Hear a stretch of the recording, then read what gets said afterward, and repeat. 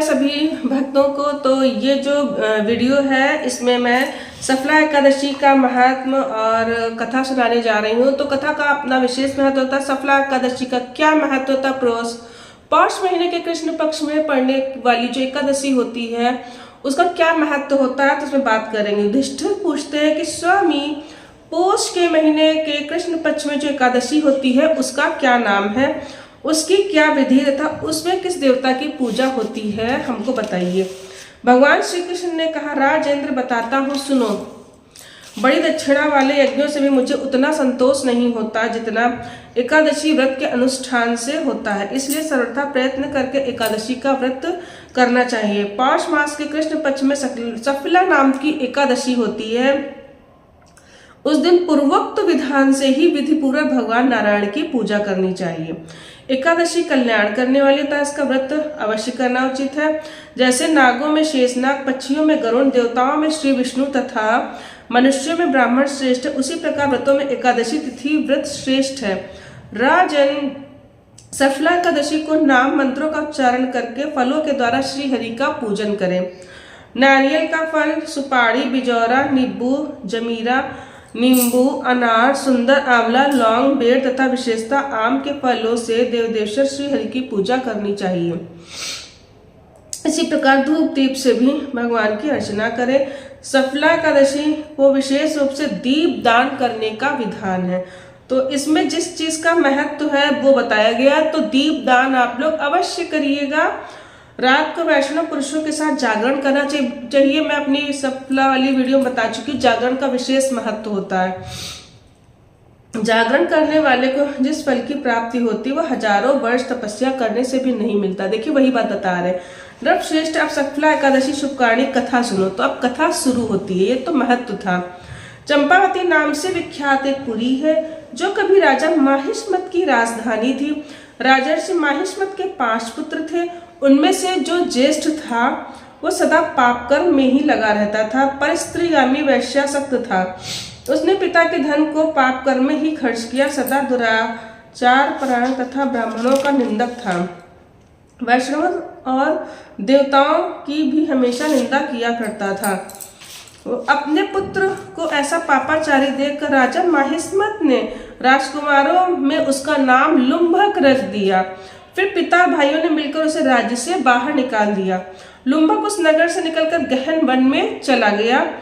वहीं रहकर उस पापी ने प्रायः समूचे नगर का धन लूट लिया।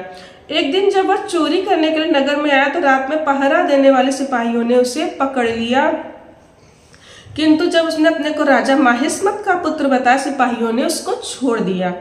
फिर वह पापी वन में लौट आया। प्रतिदिन मांस और फलों के वृक्षों के फल खाकर जीवन निर्वाह करने लगा। उस दुष्ट का विश्राम स्थान पीपल वृक्ष के निकट था। वहां बहुत वर्षों का पुराना पीपल वृक्ष था। उस वन में वृक्ष एक महान देवता माना जाता था। वो जो वृक्ष था पीपल का वो महान देवता माना जाता था। पापबुद्धि लुम्भक वही निवास करता था। बहुत दिनों पश्चात एक दिन किसी संचय पुण्य के प्रभाव से उसके द्वारा एकादशी के व्रत का पालन हो गया। तो पौष महीने में कृष्ण पक्ष की दशमी के दिन पापिष्ठ लुम्भक ने वृक्षों के फल खाए, मतलब अन्न तो खाया नहीं, और वस्त्रहीन होने के कारण रात भर कष्ट हो रहा था। सूर्योदय होने पर तो स्वामी को होश नहीं हुआ। सफला एकादशी के दिन भी लुम्भक बेहोश पड़ा रहा। दोपहर होने पर उसे चेतना प्राप्त हुई। फिर इधर उधर दृष्टि डालकर आसन से उठा, लंगड़े की भांति पैरों से बार बार लड़खड़ाता हुआ वन के भीतर में जो है गया। वह भूख से दुर्बल और पीड़ित हो रहा था। राजन, उस समय लुम्भक भूख से दुर्बल पीड़ित हो रहा था। बहुत से फल लेकर जो ही विश्राम स्थान पर लौटा त्यों सूर्योदय अस्त हो गया। तब उसने वृक्ष की जड़ में बहुत से फल निवेदन करते हुए कहा, इन फलों से लक्ष्मीपति भगवान विष्णु संतुष्ट हो। आप लोगों को पता है कि पीपल के वृक्ष में विष्णु जी का वास होता है और उसने जो है वो फल पीपल में ही चढ़ा दिए। ये कहकर लुम्भक ने रात भर नींद नहीं ली, तो इस वजह से उसका रात का जागरण भी हो गया। इस प्रकार अनायास ही उसने इस व्रत का पालन कर लिया। ठीक है। उस समय सहसा आकाशवाणी हुई, राजकुमार तुम सफला एकादशी के प्रसाद से राज्य और पुत्र प्राप्त करोगे। बहुत अच्छा कहकर उसने वरदान स्वीकार किया।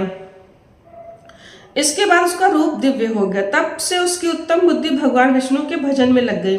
दिव्य आभूषणों की शोभा से संपन्न होकर उसने कंटक राज्य प्राप्त किया। 15 वर्षों तक उसका संचालन करता रहा। उस समय भगवान श्री कृष्ण की कृपा से उसके मनोज्ञ नामक पुत्र उत्पन्न हुआ। जब वह पुत्र बड़ा हुआ, लुम्भक ने तुरंत ही राज्य की ममता छोड़कर उसे पुत्र को सौंप दिया और भगवान श्री कृष्ण के समीप चला गया। वहां जाकर भगवान मनुष्य कभी शोक में नहीं पड़ता है। राजा, इस प्रकार जो सफला एकादशी का उत्तम व्रत करता है वह इस लोक में सुख भोगकर मरने के पश्चात मोक्ष को प्राप्त होता है। संसार में मनुष्य धन्य जो सफला एकादशी के व्रत में लगे रहते, उन्हीं का जन्म सफल है महाराज। इसकी महिमा को पढ़ने सुनने, उसके अनुसार आचरण करने से राजसू यज्ञ का फल हमको प्राप्त होता है। तो ये सफला एकादशी व्रत कथा थी। तो आप लोग भी इसी तरीके से व्रत के नियमों का पालन करिएगा, जागरण अवश्य करिएगा, पारण का विशेष ध्यान रखिएगा, ठीक है।